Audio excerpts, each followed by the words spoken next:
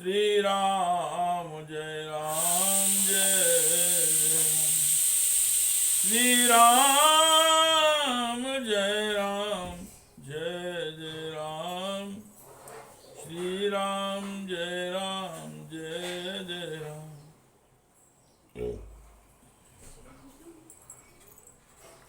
श्री राम जय राम। श्री राम जय राम जय जय राम। श्रीमद् वाल्मीकि रामायण का अयोध्या कांड का 39वां सर्ग।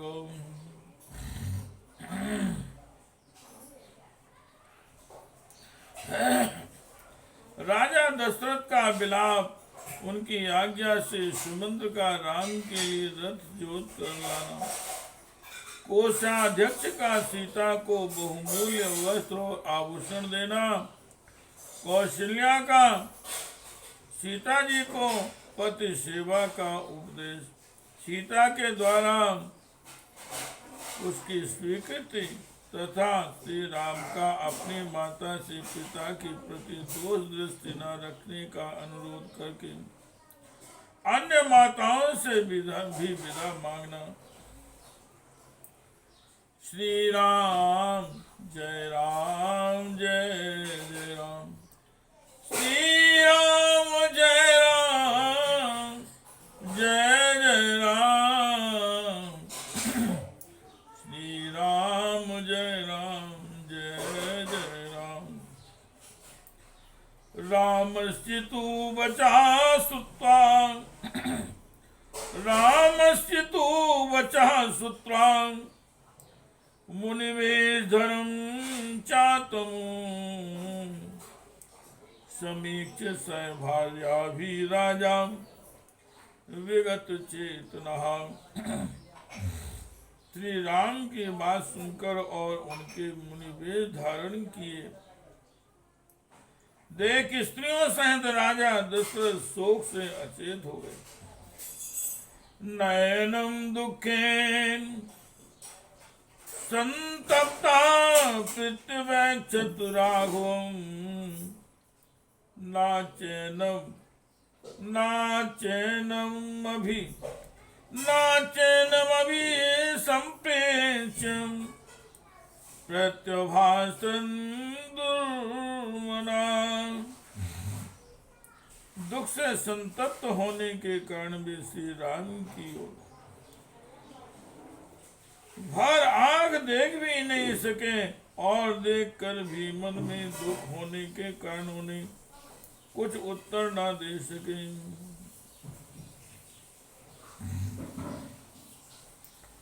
सा मुहूर्तमिवासंज्ञो दुखितस्य महीपतिः गिल्ला महाबाहु राम में बानुचिंतनो। 2 घड़ी तक अचेत सा रहने के बाद जब उन्हें होश हुआ तब वे महाबाहु नरेश श्री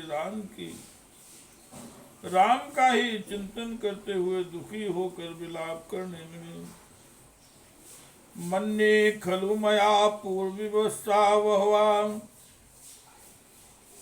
कृता प्राणिनो हिंसिता वापि तन्मामिदं पस्थितम्। मालूम होता है मैंने पूर्व जन्म में अवश्य बहुत गौओं का उनके बछड़ों से बिछोए कराया है अथवा अनेक प्राणियों की हिंसा की है। इसी से आज मेरे ऊपर यह संकट आ पड़ा है।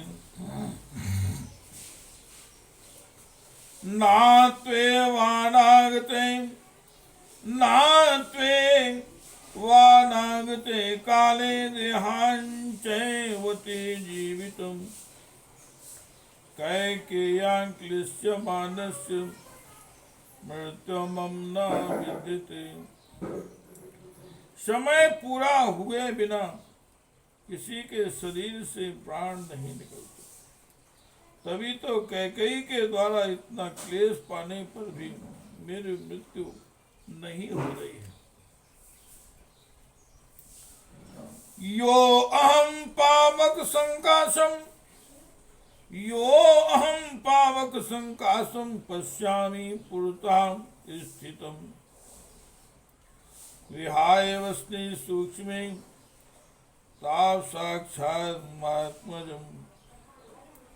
ओह, अपने अग्नि के समान तेजस्वी पुत्र को महीन वस्त्र त्याग कर तपस्वियों के से वल्कल वस्त्र धारण किए सामने खड़ा देख रहा हूं, फिर भी मेरे प्राण नहीं निकलते हैं। एकस्या खलु कैकेय्यां कृते खिद्यते जनः स्वार्थे प्रियतमानायाः स्वार्थे प्रियतमानाया संक्षिप्तं निकृतं त्विमाम्। इस वरदान रूप सत्ता का इस वरदान रूप सत्ता का आश्रय लेकर अपने स्वार्थ साधन के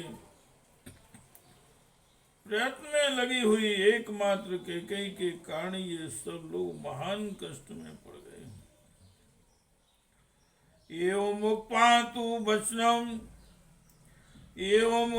तु वचनं वाष्पेन विहितेन्द्रियः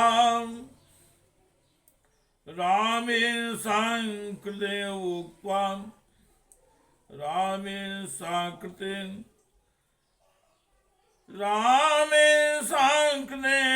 उक्त्वा यार्हतु न शशांक। ऐसी बात कहते कहते राजा के नेत्रों में आंसू भर आए। उनकी इंद्रियां शिथिल हो गईं और वे एक ही बार हे राम कहकर मूर्छित हो गए, आगे कुछ ना बोल सके। संज्ञां तु प्रतिलभ्य मुहूर्तां सामहीपतिः नेत्राभ्यां सुपूर्णाभ्यां सुमंत्रम मिदं ब्रवीत्। 2 घड़ी बाद में होश आते ही वे महाराज आंसू भरे नेत्रों से देखते हुए सुमंत्र से इस प्रकार बोले। औपबाह्यं रथं युक्त्वा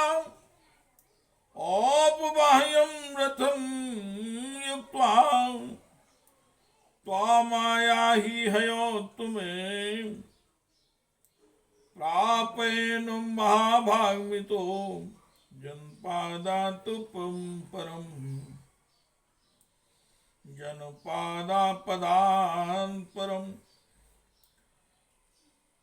तुम सवारी के योगी एक रथ को उसमें उत्तम घोड़े जोत कर यहाँ ले आओ और इन महाभाग श्री राम को उस पर बिठाकर इस जनपद से बाहर तक पहुंचाओ। एवं मन्ये गुणवतां गुणानां फलमुच्यते एवं मन्यते गुणवतां गुणानां फलमुच्यते मित्रा मात्रा च यसाधुर्वीरो निर्वास्यते वनम। अपने श्रेष्ठ वीर पुत्र को स्वयं माता पिता ही जब घर से निकाल कर वन में भेज रहे हैं, तब ऐसा मालूम होता है कि शास्त्र में गुणवान पुरुषों के गुणों का यही फल बताया जाता है। राज्ञो वचनमाज्ञाय सुमंत्रां शीघ्र विक्रमः योजयित्वा ययौ तत्र रथमश्वैर्लंकृतम्। राजा की आज्ञा सिरोधार करके शीघ्रगामी सुमंत्र गए और उत्तम घोड़ों से सुशोभित रथ जोत कर ले आए। श्री राम जय राम जय जय राम, श्री राम जय राम जय जय राम, श्री राम जय राम जय जय राम, श्री राम जय राम जय जय राम, श्री राम जय राम जय जय राम। तम रथम राजपुत्राय तम रथम राजपुत्राय सूता कनक भूषितम आचक्षे अंजलिं कृत्वा युक्तम परम वाजभिः। फिर सूत सुमंत ने हाथ जोड़कर कहा, महाराज, राजकुमार श्री राम के लिए उत्तम घोड़ों से जुता हुआ सुवर्ण भूषित तैयार है। राजान सद्वर्मा हुए या प्रथम वित्त संचय उपादेश कालज्ञो निश्चितम सर्वथा शुचि। तब देश और काल को समझने वाले सब ओर से शुद्ध ये लोक और परलोक से उदरण राजा दशरथ ने तुरंत ही धन संग्रह के व्यापार में नियुक्त कोषाध्यक्ष को बुलाकर यह निश्चित बात कही। वह सांसी वराहाणी भूषणानि महन्ति च वर्षाण्येतानि संख्याय वैदेह्यार्चि प्रमाणे। तुम विदेह कुमारी सीता के पहनने योग्य बहुमूल्य वस्त्र और महान आभूषण जो 14 वर्षों के लिए पर्याप्त हो गिनकर शीघ्र ले जाओ।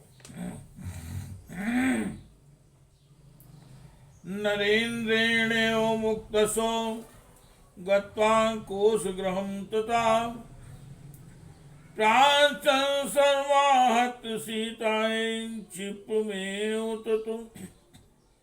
और राज के ऐसा कहने पर कोषाध्यक्ष खजाने में जा वहां से सब चीजें लाकर शीघ्र सीता जी को समर्पित कर। सा सुजातानि वैदेही प्रस्थिता वनम भूषयामास गात्राणि तैर्विचित्रैर्विभूषणैः। और उत्तम कुल में उत्तम उत्पन्न अथवा अयोनिजा और वनवास के लिए प्रस्तुत विदेह कुमारी सीता ने सुंदर लक्षणों से युक्त अपने सभी अंगों को उन विचित्र आभूषणों से विभूषित किया। व्याराजयत वैदेही वेश्म तत्सुभो विश्व विभूषिता अद्य तो आसुमता कालेकम प्रभेव विश्व विवस्वता। उन आभूषणों से विभूषित हुई विदेह नंदिनी सीता उस घर को उसी प्रकार सुशोभित करने लगी जैसे प्रातः काल उगते हुए अंशुमाली सूर्य की प्रभा आकाश को प्रकाशित करती है। ताम भुजाभ्याम वर्षवज्य स्वाश्रुवर्चनम ब्रवीत अनाचरन्तीं कृपणं मूर्धन्यपाग्राय मैथिली। उस समय सास कौशल्या ने कभी दुखद बर्ताव न करने वाली मिथिलेश कुमारी सीता को अपनी दोनों भुजाओं से कसकर छाती से लगा लिया और उनके मस्तक को सूंघकर कहा, असत्या सर्वलोके अस्मिन् सततं सत्कृता प्रिय भर्तारं नानुमन्यन्ते विनपागतुं स्त्रिया। बेटी, जो स्त्रियां अपने प्रियतम पति के द्वारा सदा सम्मानित होकर भी संकट में पड़ने पर उसका आदर नहीं करती हैं, वे इस संपूर्ण जगत में अस्ति दुष्टा के नाम से पुकारी जाती हैं। श्री राम जय जय राम। श्री राम जय जय राम। श्री राम जय जय राम। ये स्वभावो नारीणाम् अनुभूय पुरा सुखम् अल्पामाप्या पदं प्राप्य दुष्यन्ति प्रजहत्यपि। दुष्टा स्त्रियों का यह स्वभाव होता है कि पहले तो वे पति के द्वारा यथेष्ट सुख भोगती हैं, परंतु जब वह थोड़ी सी भी विपत्ति में पड़ता है तब उस पर दोषारोपण करती हैं और उसका साथ छोड़ देती हैं। असत्यशीला विकृता दुर्गा आहृदया सदा असत्या पाप संकल्पान् क्षणमात्र विरामिणः। असत्या पाप संकल्पान् क्षणमात्र विरागिणः। जो झूठ बोलने वाली, विकृत चेष्टा करने वाली, दुष्ट पुरुषों से संसर्ग रखने वाली, पति के प्रति सदा हृदयहीनता का परिचय देने वाली,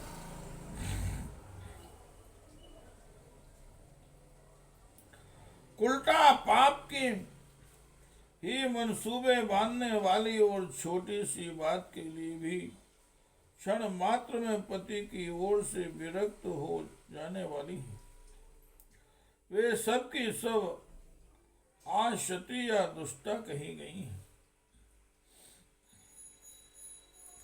ना कुलम ना कृतम विद्या ना दत्तम नापि संग्रहा स्त्रीणां गृह्णाति हृदय नित्य हृदयाहिता।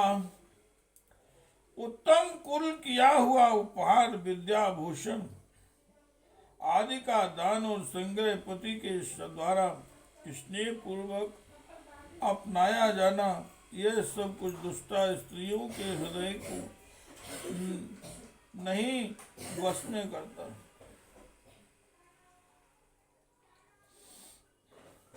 क्योंकि उनका चित्र अव्यवस्थित होता है। साध्वीनां तु स्थितानां तु शीले सत्ये श्रुते स्थिते स्त्रीणां पवित्रं परमं पतिरेको विशिष्यते। इसके लिए विपरीत जो सत्य सदाचार स्त्री शास्त्रों की आज्ञा और कुलोचित मर्यादाओं में स्थित रहती है, उन साध्वी स्त्रियों के लिए एकमात्र पति ही परम पवित्र एवं सर्वश्रेष्ठ देवता है। सा त्वया मानवंतव्यम सा त्वया मानव मंतव्यः पुत्रा प्राम्राजितो वनम् तब देव समस्त्वे निर्धना साधनो अपि वा। इसलिए तुम मेरे पुत्र श्री राम का, जिन्हें वनवास की आज्ञा मिली है, कभी अनादर ना करना। वे निर्धन हो या धनी, तुम्हारे लिए देवता के तुल्य है। विज्ञाय वचनम सीता तस्या धर्मार्थ संहितम कृत्वांजलिम वाचेदम स्वाश्रूमभिमुखे स्थिता। सास के धर्म और अर्थ युक्त वचनों का तात्पर्य भली भांति समझकर उनके सामने खड़ी हुई सीता ने हाथ जोड़कर उनसे इस प्रकार कहा, करिष्ये सर्वमेवाहमार्याम् सदनुशास्ति माम् अभिज्ञास्मि यथा भूर्तम् वर्तितव्यम सुतम चामि। आर्य, आप मेरे लिए जो कुछ उपदेश दे रही हैं मैं उसका पूर्ण रूप से पालन करूंगी। स्वामी के संग कैसा बर्ताव करना चाहिए मुझे भली भांति विदित है, क्योंकि इस विषय को मैंने पहले ही सुन रखा है। नामां संजने नार्या समानयुति मर्हति धर्माद विचलितुम नाहमलम चंद्रादेव प्रभां। हे पूजनीय माता जी, आपको मुझे अस्त्री असती स्त्रियों के समान नहीं मानना चाहिए, क्योंकि जैसे प्रभा चंद्रमा से दूर नहीं हो सकती, उसी प्रकार में पतिव्रत धर्म से विचलित नहीं हो सकती। ना तंत्री वादते वीणा ना चक्रो विद्युते रथा ना पति सुख में ध्येतायाम ना पति सुख में ध्येन या शादपि सतात्मजा। जैसे बिना तार की वीणा नहीं बज सकती और बिना पहिए का रथ नहीं चल सकता, उसी प्रकार नारी 100 बेटों की माता होने पर भी बिना पति के सुखी नहीं हो सकती। श्री राम जय राम जय जय राम श्री राम जय राम जय जय राम श्री राम जय जय राम।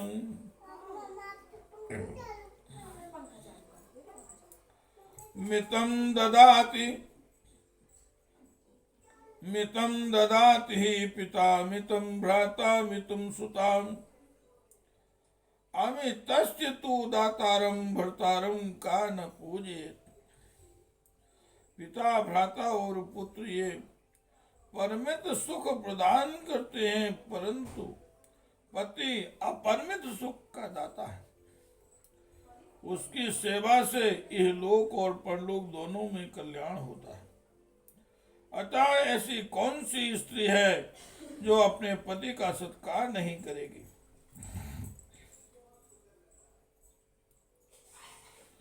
सायमे वंगता श्रेष्ठा श्रुत धर्म परावरा आर्य कि मन्येयम स्त्रिया भरता ही देव तुम। आर्य, मैंने श्रेष्ठ स्त्रियों माता आदि के मुख से नारी के सामान्य और विशेष धर्मों का श्रवण किया।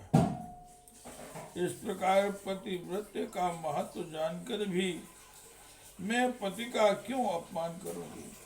मैं जानती हूँ कि पति स्त्री का देवता है। सीताया वचनम श्रुत्वा कौशल्या हृदयंगमं शुद्ध सत्वा मुमोचाश्रु सहसा दुख हर्षणम। सीता का यह मनोहर वचन सुनकर शुद्ध अंतःकरण वाली देवी कौशल्या के नेत्रों से सहसा दुख और हर्ष के आंसू बहने लगे। ताम प्रांजलि रवि प्रेष मातृ मध्य अति सत्वताम राम परम धर्मात्मा मातृम वाक्यम ब्रवीत।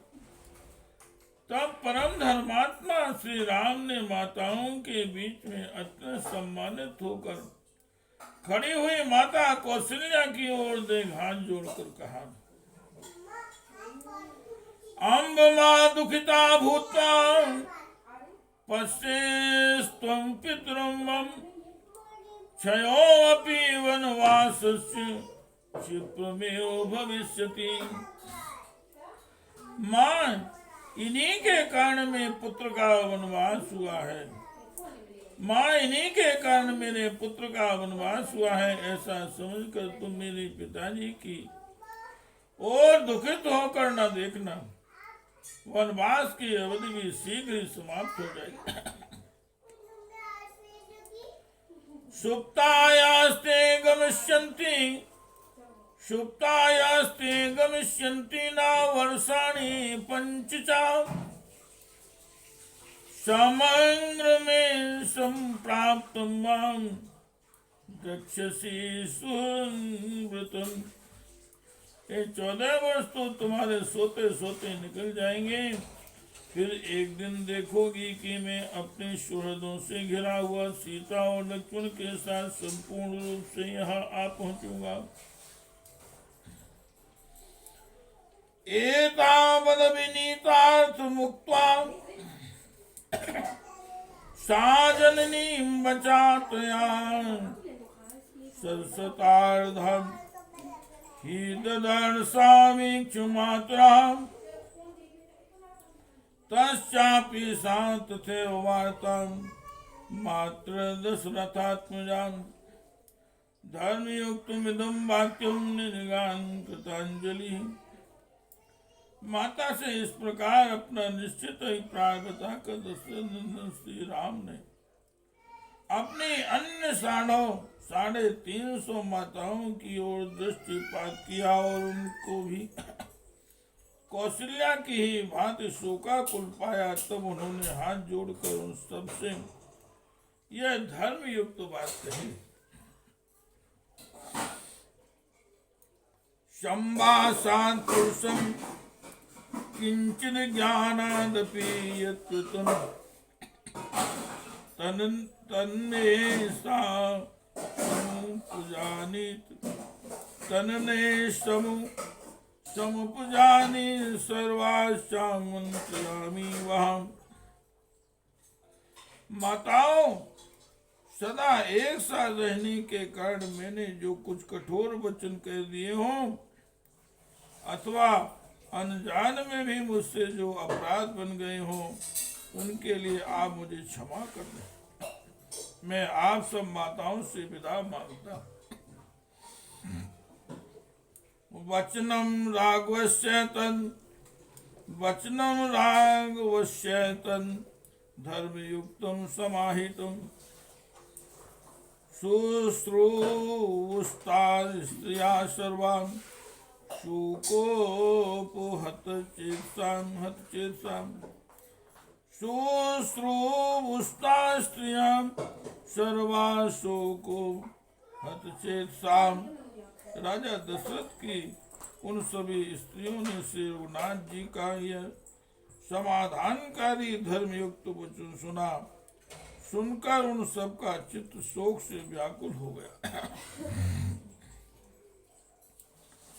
यज्ञे अथ तासां सन्नादां क्रौञ्चीनाम्यो निःश्वनां मानवेन्द्रिया भार्याणामेवं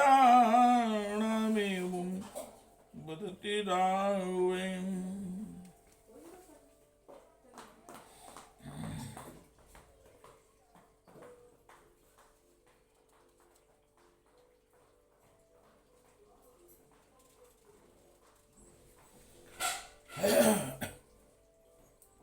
श्री राम के ऐसे वाक कहते समय महाराज दशरथ की रानियां कुर्रियों के समान विलाप करने लगी।